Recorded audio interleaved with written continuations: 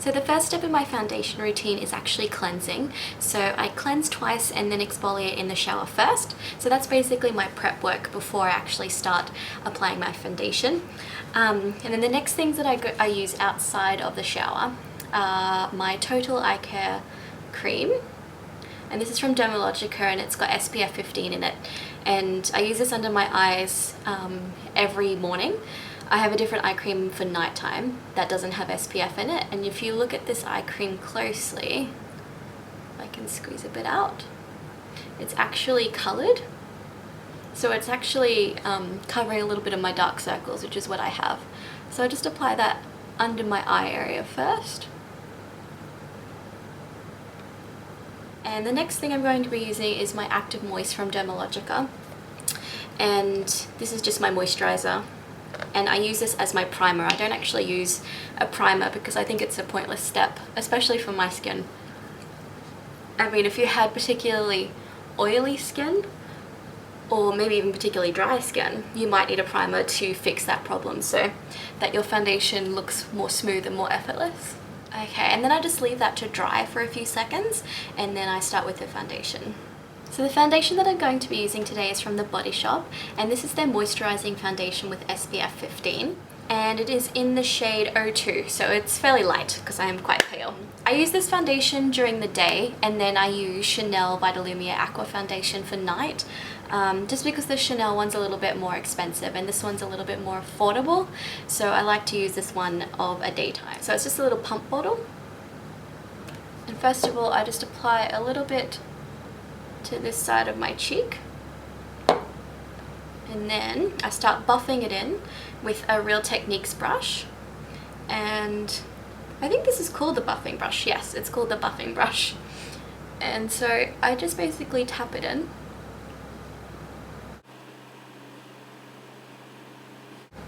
and then to finish it off I just sort of go in a stippling motion. And then I just do the same with the other side.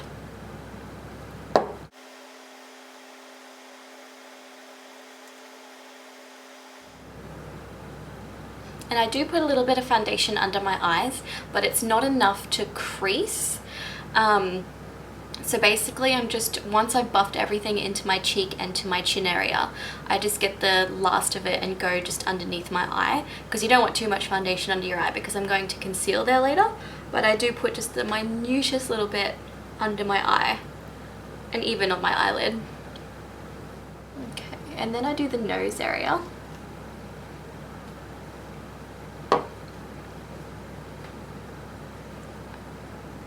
And just in the same motion, I'm patting it in and then going in circular motions.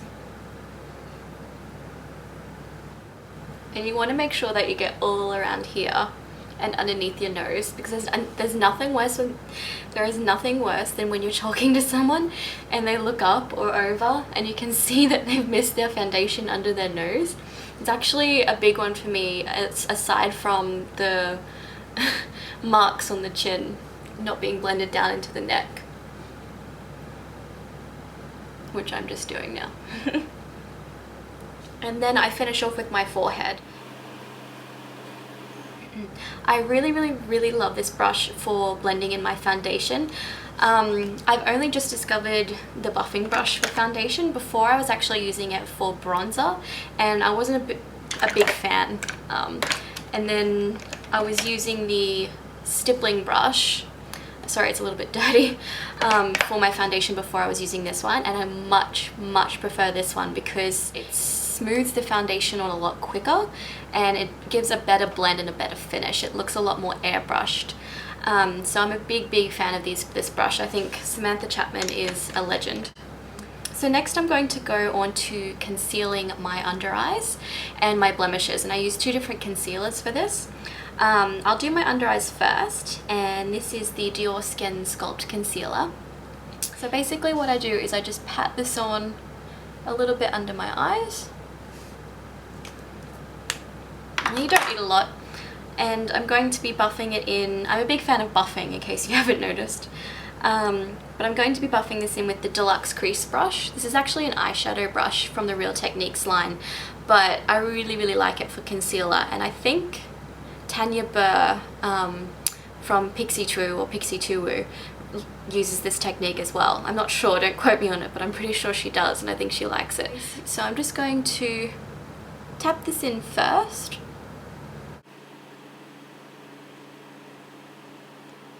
I'm using very light-handed movements and very light finger touch, because if you press too hard you'll just blend it all away.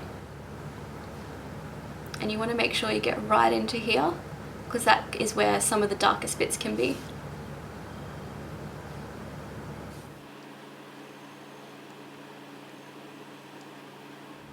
And sometimes I just like to finish it with my fingers, just lightly tapping with my ring finger.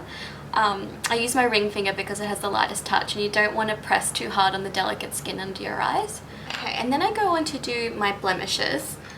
I am using the MAC Studio Finish Concealer, and this is in the shade NW20.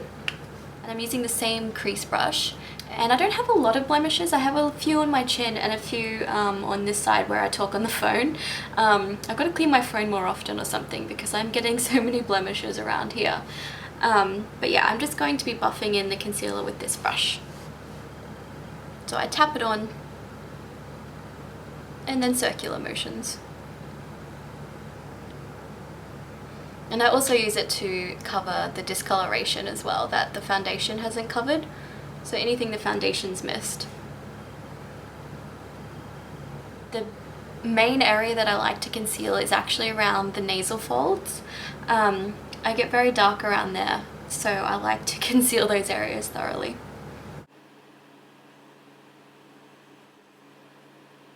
Okay, so now I've finished with my concealer. I usually leave my skin be for about a few minutes while I do my eyebrows before I actually start powdering my skin, because I like the foundation to settle in and do its job and oxidize a little bit before I actually do put the powder on.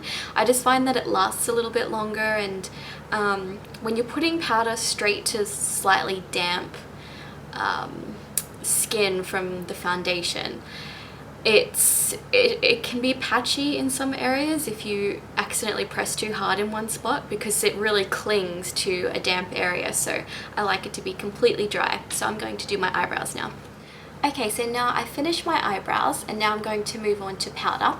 And the powder that I'm using lately, and I'm really loving, is the MAC Studio Fix powder.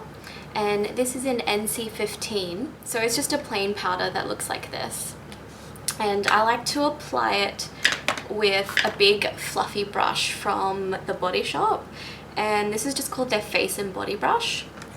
And so I just start off with one side of my face first, and I just start and I go downwards in the direction of the hairs of my face.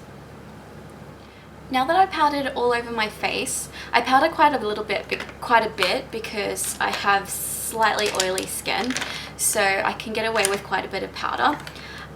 So after I've done that, I actually like to go underneath my eyes and on my eyelids with the same powder but with a smaller brush, and this is just the blusher brush from the Body Shop. And I just like to get underneath my eye and really set the concealer underneath, because I struggle with dark circles, as you probably noticed when I was putting on my foundation. So I like to really set the concealer so that it lasts all day. I also have quite oily eyelids and quite oily underneath my eyes, so this is where I can get away with quite a bit of powder around the eye area.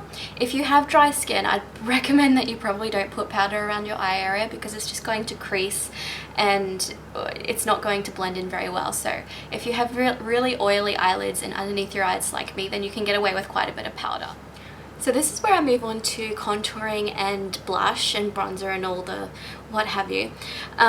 So I'm going to start off with bronzing my skin. This is also my contour as well, because it's not a very shimmery bronzer, so you can get away with using it as a contour. And this is the Bourjois, chocolate bronzer. I'm sure everybody's seen it. It looks like that. and this is in shade number 52, and it's supposed to smell like chocolate. I don't think it does, but it does make me want to eat chocolate every time I open it. And so the brush I'm using is the contour brush from Real Techniques, and I'm just going to contour the hollows of my cheeks. As you can see, I've got quite like a, it's not quite round, but it's not quite oval either, my face shape. So I like to contour around here so that I get a little bit more of an oval face. So I just go along this line here. You can see the shadow of it there.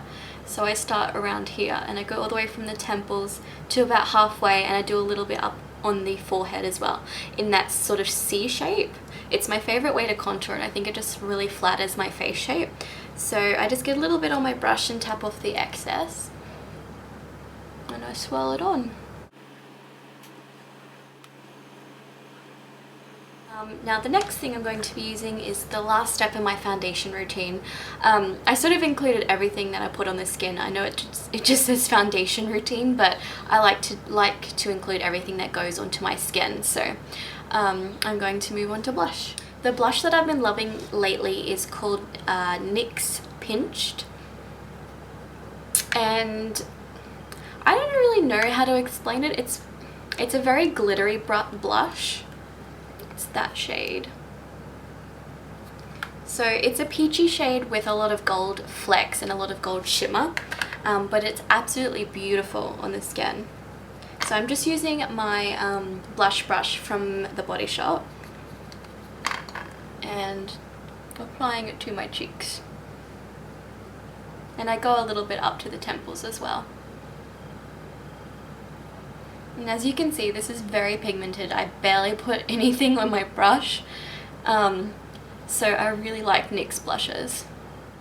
Okay, so the last thing that I'm going to do before I finish this video, this is a little tip that I like to use when I've got a few blemishes. I know you've probably noticed that when you're doing your foundation routine and you've concealed and powdered, sometimes when you go over with your blush or even your powder, the concealer can rub off a little bit and your blemishes will show through just slightly. So what you can do, you can actually go back over your blush and your powder with a little bit of concealer. You can just mix, if it's on your blush area, you can just mix a little bit of your blush and your concealer on a teeny tiny little brush like this one, and you can just go over the blemish, just like dotting it on, and it just creates a more flawless finish. I mean, but that's being pedantic. I don't do that all the time, but I'm going to do it today because I've got a lot of time on my hands, so I'll show you what I mean. So I've got one on my cheek. I'm going to zoom in and show you. Okay, if you can see this here, sorry, this is like an extreme close-up. It's barely even noticeable, but I really just wanted to show you.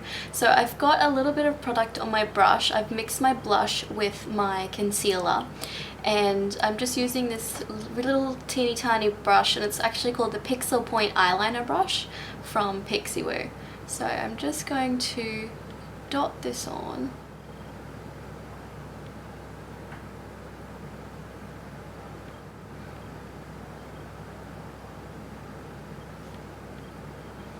Okay, so you can see now it's actually a lot more covered. So as you can see, you can barely see that blemish now. So that's just a little bit of a trick if you find that your blemishes show through your blush after you've finished all those steps and you think, oh god, my blemishes are coming through, why isn't my foundation working? It happens to everybody, especially if you've got oily skin like me. That was actually an old mosquito bite that has left a scar, so it's good for scars as well. So yeah, so that's my foundation routine. I'm going to go ahead and do the rest of my makeup, and I shall see you later. Bye!